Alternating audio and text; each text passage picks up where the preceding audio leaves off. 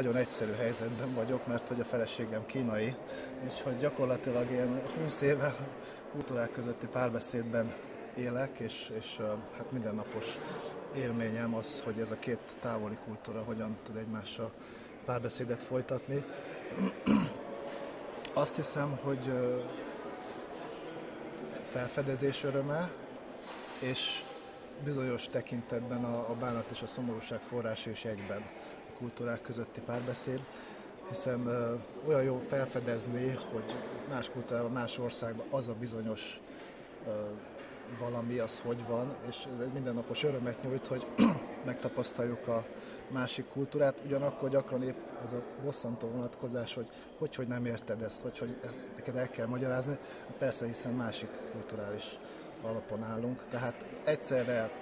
öröm, és egyszerre hogy is mondjam, csak nehézség és bosszantó a kultúrák közötti párbeszéd.